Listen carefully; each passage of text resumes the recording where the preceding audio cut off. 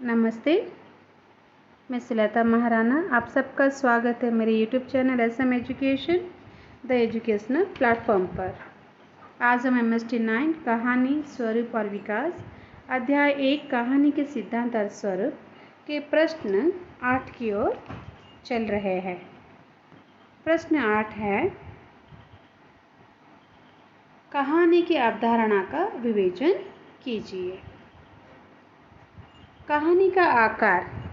छोटी कहानी पद में अपने नाम के अनुरूप ही आकार के दृष्टि से छोटा होने का भाव समाहित है। यानी छोटी कहानी तो अपने भाव से ही ये बहुत ही छोटी होती है।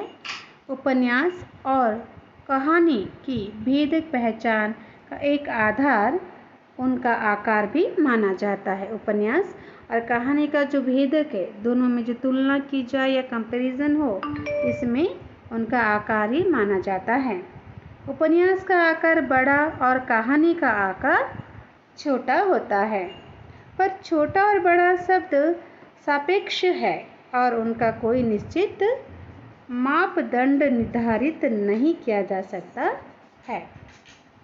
छोटी कहानी या शॉर्ट स्टोरी की एक क्लासिक परिभाषा यह है कि उसे एक बैठक में समाप्त हो जाना चाहिए। यानी छोटी कहानी या शॉर्ट स्टोरी जो है वो एक बैठक में ही समाप्त होनी चाहिए। एडगर एलन पो के अनुसार कहानी मात्र इतनी लंबी होनी चाहिए कि वह आधे घंटे से लेकर 2 घंटे में समाप्त की जा सके, पर एक बैठक या आधे घंटे से लेकर 2 घंटे में पढ़ जाना कहानी के आकार का कोई निश्चित मापदंड नहीं हो सकता। यानी एक बैठक या आधे घंटे से लेकर 2 घंटे में पढ़ जाना कहानी के आकार का कोई निश्चित मापदंड नहीं हो सकता। कुछ परिभाषा इसकी अधिकतम शब्द संख्या 7500 निर्धारित करती है। सामान्य व्यवहार में शॉर्ट स्टोरी पद वैसी कथा रचना को निर्देशित करता है जिनमें अधिकतम 20,000 और न्यूनतम 1,000 शब्द हो। 1,000 से कम शब्द वाली कहानियों को अंग्रेजी में लेस फिक्शन शॉर्ट स्टोरी या माइक्रो स्टोरी नाम से जाना जाता है, और 20,000 शब्दों से अधिक आकार वाली कथाओं को नॉवेलेट या नोवेला या नॉवेल कहते हैं। पर यह आकार निर्धारण निर्विवाद हो ऐसा नहीं कहा सकता कि यही निर्धारित हो करके नहीं कहा जा सकता है। हिंदी में 150 शब्द से लेकर 10,000 शब्दों तक की कहानियों को कहानी कहा गया है। इधर हिंदी में लघु कथा और लंबी कहानी पद का भी प्रयोग काफ़ी अराजक रूप में होने लगा है। कहानी लेखकों और संपादकों के अनुसार इनकी आकार सीमा अक्सर बदलती रहती है। यानी इनके आकार बदलती रहती है। इस अराजकता को समाप्त करने के लिए कम से कम एक लचीला मानक तो होना ही चाहिए। इस प्रसंग में लघु कथा की शब्द संख्या 150 से 300, कहानी की शब्द संख्या 1,000 से 3,000, कुछ और लंबी कहानी की शब्द संख्या जो है 4,000 से 15,000 प्रस्तावित की जा सकती है। यानी इतना लिया जा सकता है।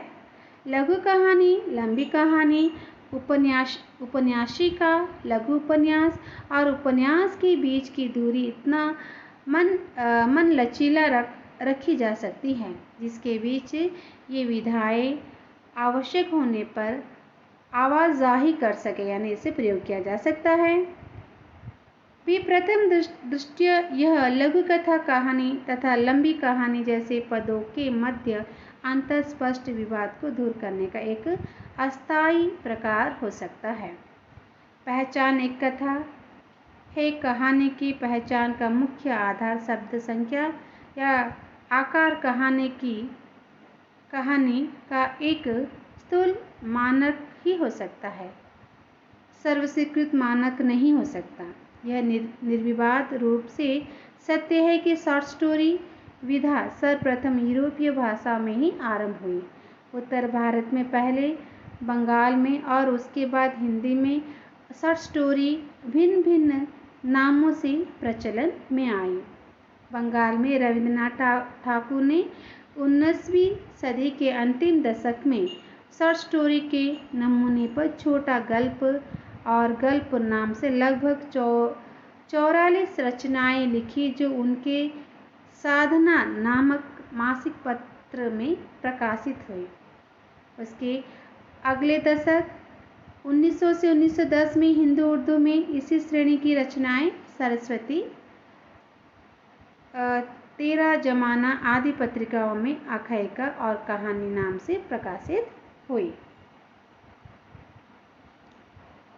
आंग्लो भाषा के आलोचकों ने शॉर्ट स्टोरी को एक ऐसी विधा के रूप में माना है जिसका फलक, नॉवेल, एपिक और रोमांस जैसे विस्तृत व्यापक फलक वाले कथा रूपों से पृथक होता है। यानी जो आंग्ल भाषा था, अंग्रेजी भाषा के आलोचक थे, वो शॉर्ट स्टोरी को एक नॉवेल या एपिक या रोमांस या फिर विस्तृत व्यापक फलक के रूप में लिया है। उनसे अलग शॉर्ट स्टोरी का उद्देश्य किसी एकल प्रभाव की सृष्टि करना होता है, जो किसी एक सार्थक प्रसंग या दृश्य से, जिसमें कुछ थोड़े से, कभी कभी तो मात्र एक ही पात्र कार्य होते हैं, यानी एक ही पात्र उस कहानी में होते हैं, बिजली की चमक की तरह उद्भासित होता है। इस कथा रूप में मत प्रसारी दृश्य रचना और संक्षिप्त वर्णन का भी अपेक्षित की जाती है। चरित्र कार्य व्यापार और नाटकीय मुठभेड़ से युक्त होता है, यानी बहुत सारे नाटकीय ड्रामा जैसे होता है, पर उनका पूर्ण विकास दिखाना अपेक्षित नहीं होता, यानी उनका पूरा रूप वहाँ पर दिखाया नहीं जाता है। उनके आलोचकों ने शॉर्ट स्टोरी को प्रथमतः उपन्यास के संदर्भ में ही पहचानने का प्रयास किया है। उनके अनुसार छोटी कहानी उपन्यास की तुलना में कम जटिल, सामान्यतः किसी एक प्रसंग पर केंद्रित होती है। उसमें कोई एकल कथानक, कोई एक कथा या कोई एक दृश्य या फिर कोई सीमित संख्या में पात्र होते हैं तथा छोटी काल अवधि में नियोजित होता है। छोटी कहानी अपने छोटे आकार के कारण बड़े आकार वाली कथाओं की तरह दृश्य योजना, परिवेश और मुख्य पात्रों के परिचय में, जिसे अंग्रेज के आलोचकों एक्सपोजिशन कहते हैं, वो उदार नहीं हो सकती। पर छोटी कहानी कार्य व्यापार के बीच की किसी क्रिया से आकस्मिक आरंभ के साथ शुरू होती है। तो इस तरह से हम छोटी कहानी के विषय में हमने जाना, उसकी अवधारणा के बारे में जाना। तो इस तरह से यहाँ पर ये प्रश्न समाप्त होता है। धन्यवाद। नमस्ते।